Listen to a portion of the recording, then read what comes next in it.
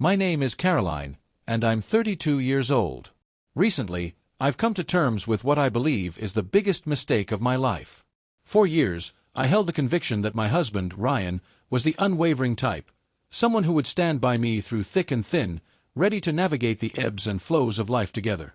I thought he would be the one to weather any storm, to forgive, and to move forward. How wrong I was. It all began with what I thought was a harmless jest during a dinner party at our home, an evening that was supposed to be filled with laughter and good company. Ryan had invited some of his colleagues, while I welcomed a few of my close friends. The atmosphere was vibrant, punctuated with the clinking of glasses, the sounds of lively conversation, and the aroma of delicious food wafting through the air, my ideal setting. I thrive in these convivial environments, feeling energized as I entertain our guests with my humor. However, that night, I made a choice that would unravel my world. As we gathered around the dinner table, a casual conversation about relationships unfolded. One of Ryan's friends, perhaps seeking to stir the pot, casually asked me, "So, Caroline, be honest, does Ryan wear the pants in the relationship?" Without a moment's thought, I laughed and rolled my eyes, replying, "Oh please, Ryan couldn't wear the pants if he tried. He can barely decide what to order for dinner, let alone lead a household." The room erupted in laughter, and I felt a surge of satisfaction from delivering what I believed was the perfect punchline. But as I glanced at Ryan, I noticed he was frozen, drink suspended in midair, his expression shifting from amusement to disappointment.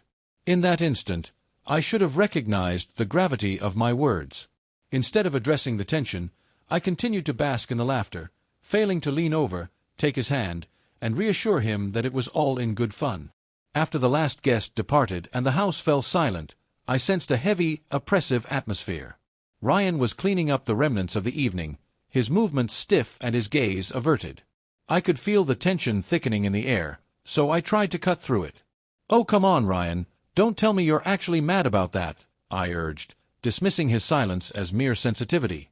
"It was just a joke," I added, crossing my arms defensively. "You're so sensitive sometimes."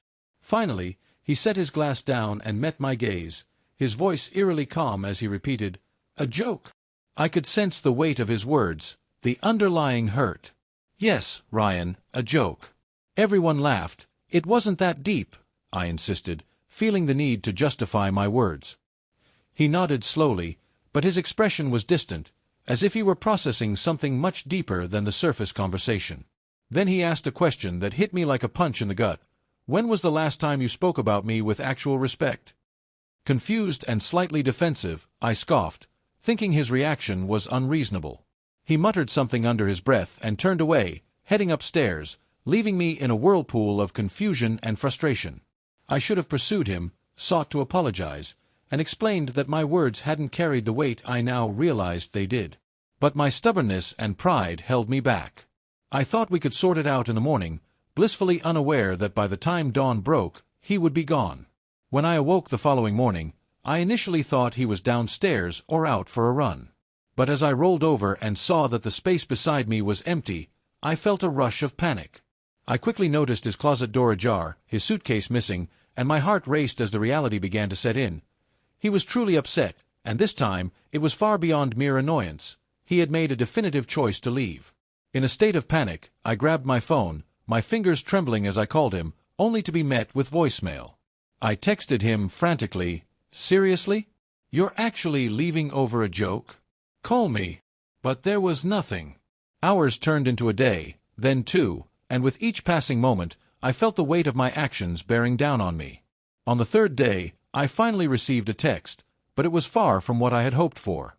It was a confirmation email for a real estate listing. Ryan was looking for an apartment. The man I had always believed would stand by me was actively seeking a new place to call home, and that realization made my stomach churn. In desperation, I called him again, and this time he answered. "Ryan, what the hell is this?" I snapped, my voice tinged with disbelief. "You're looking for an apartment?" His tone was calm yet resolute as he simply replied, "Yes, I am." I pleaded with him, "You're overreacting. This is insane. You're just mad. You'll get over it." There was a long silence before he responded with words that knocked the breath out of me. "I already did." I froze, unable to grasp what he meant. You already what? I stammered, feeling the ground shift beneath me. I got over thinking you'd ever respect me, and I'm done waiting. In that moment, the full impact of my actions crashed down on me like a tidal wave. I had pushed him too far, treating him as if he were unworthy of the respect he deserved. And now, I was the one left behind to grapple with the consequences. Ryan moved out shortly thereafter, and the divorce papers arrived in my mailbox faster than I could process. I sat in this vast, empty house, surrounded by echoes of laughter that now felt like a distant memory, grappling with the harsh reality that I had genuinely lost something precious. I had always believed Ryan would stay, that he would be my rock through any storm. How tragically mistaken I was. Now, the only person I have to hold accountable for this heart-wrenching situation is myself.